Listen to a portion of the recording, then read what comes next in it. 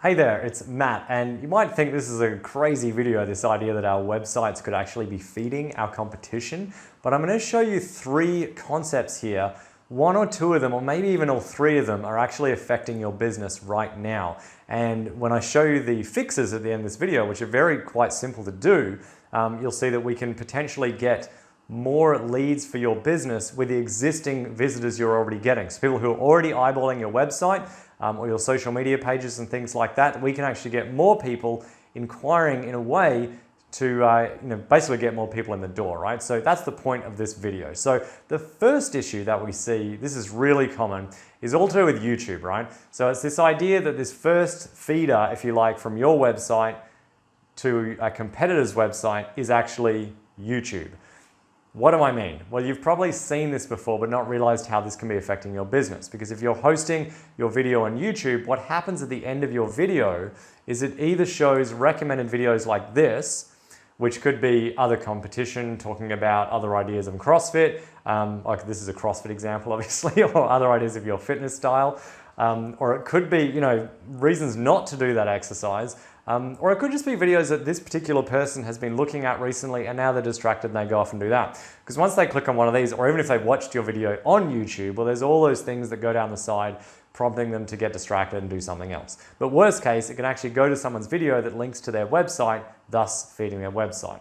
What's the solution to this? That's what I'm going to get to at the end of the video. So I'm just quickly going to cover off the other 2 points of how we are potentially feeding our competition.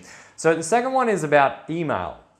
This is a bit of an odd one you might not have thought about before, but you've basically got an inquiry form on your website. This is usually a good idea. So you might have an offer for a free session or an introductory paid trial or something. The first step that someone needs to take is just to send their details through to you. So, this is instead of asking to someone to, log into your membership system or, book a class through signing up to an account or things like that, right? So just an inquiry form seems like a good thing, but the problem is if you look at it from the user experience, what we see is that someone will inquire and now they've finished their inquiry.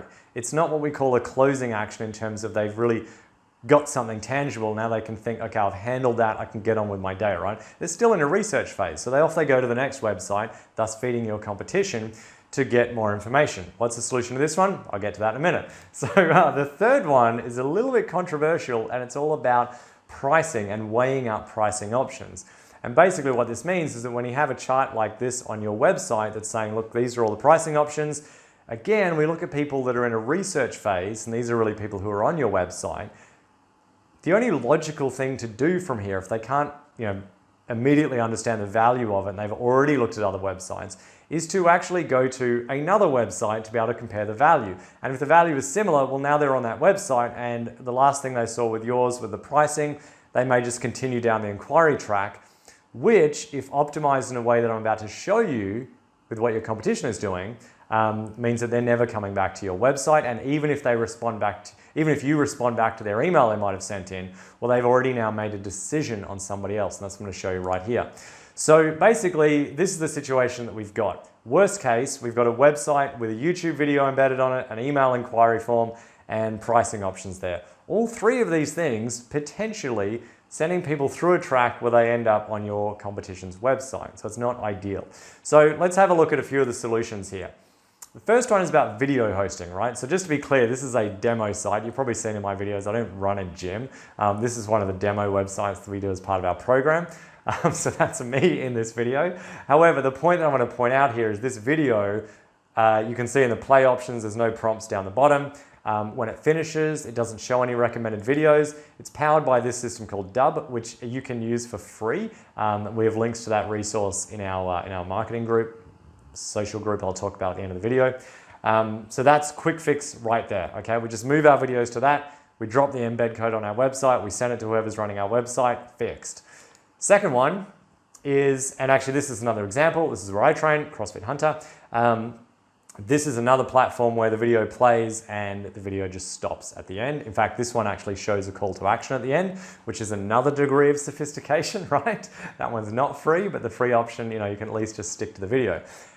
Anyway, what I'm showing you here though is that rather than saying here's an inquiry form, we're providing an opportunity for a download for a voucher, right? Something that someone can actually get, okay? So I'm gonna grab that thing while I'm here.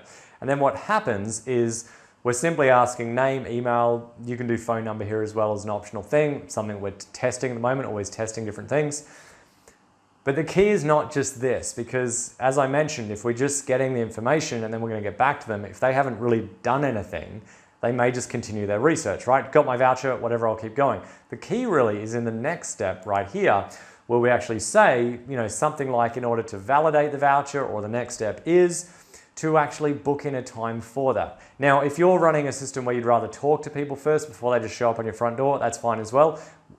We provide there's a platform there to actually book them in for a phone call. So whether they're booking for a physical session where they're coming in, and the cool thing with this is that once someone's booked, that can be taken away as an option. So we just have one new person per class, allows us to really cater our communication of what we're about to that particular prospect. And then they've taken action, like they've booked in either for a call or a class. It is no longer logical to continue looking at other websites because they've actually decided on something, right? So that's what we talk more about, a closing action. It's a closing to their research. So that's the second one that we can implement. That's a little bit more involved. We actually use our own platform, Polly, to actually build this, which is how we handle our lead generation, all the automations that drive that. The third piece is pricing. Now, pricing is not something I'm going to delve into on this video, right? As I joke here, we don't simply just come up with an answer to this in about 10, 20 seconds on this video. What I will say though is that you want to have a look at what's really the levels of resistance on your website, right? So for example, at one extreme, you could put your pricing on your homepage. So when someone arrives on the page, they can scroll down and they can see all the pricing options laid out. So that's very low resistance to get what someone needs to do their research, right? Now, as business owners, we love that sort of shit, right? Because we're like, we just want the details, just give me the information. But what we need to understand from a marketing perspective is that if that actually is triggering a lot of people to leave our website and continue their research, we're not doing ourselves any favors. So we need to test these things. The other end of the spectrum is actually not having pricing, and simply if someone needs to, get the pricing, they have to inquire with us. Now, we still find that there is a middle ground to this, and this is where I talk about the differing levels of resistance on actions. So for example, if you simply had a frequently asked questions area that explained, one of the questions was, what is the pricing or how much is it? And then it said, great, so you click here, you can see the different types of training we do, and then they can click on the option that's relevant to them and they can see the pricing relevant to them. It's very specific, right? And it's not so much in their face, right? So that's a higher degree of resistance because there's a few clicks through to get there. Whereas the desired action on the website might be for someone to book in a phone call or to book in a trial session or something like that. And we want that to be very easy for someone to do. We want it laid out, step 1, step 2, step 3. This is what happens if you want to get started here. There is no obligation, just do this step, we'll be in touch, or do this step, book this time, right? And it's very easy for them to do and get to what I referred to a minute ago as that closing situation. So, in a nutshell, basically what we end up with instead is a website where we've got our own video hosting, we've got our own automation and booking platform tied in, which is all very low resistance, okay? All this ideally goes through to bookings, SMS contacts and reminders to either get them in the door or get them on the phone, right? And that's basically what we'd like to go to ideally to get more bang for your buck, if you like. I mean, if you're doing ads, of course, but certainly just for organic visitors, organic referrals, people coming to your Facebook page, ending up on your website, things like that. Changing these 3 things to do with our video hosting, what is the action that we're actually asking someone to take on the site?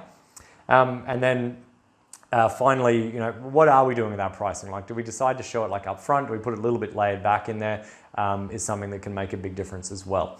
So if that's helpful, there's a couple of things that you can do today. One is definitely jump in our Facebook community if you haven't already, where we talk about more stuff just like this. But second of all, this is a very small part of what we do in terms of our strategy, right? If you want to have a chat with me about our more holistic approach to our strategies about long-term sustainable membership growth, how we do that, how we run that, how we support you through it, why so many people are choosing to work with us, then there's also a button under this video that you can actually just book a call with me and we can chat one-to-one about what you're looking for, where you are, and where you want to get to.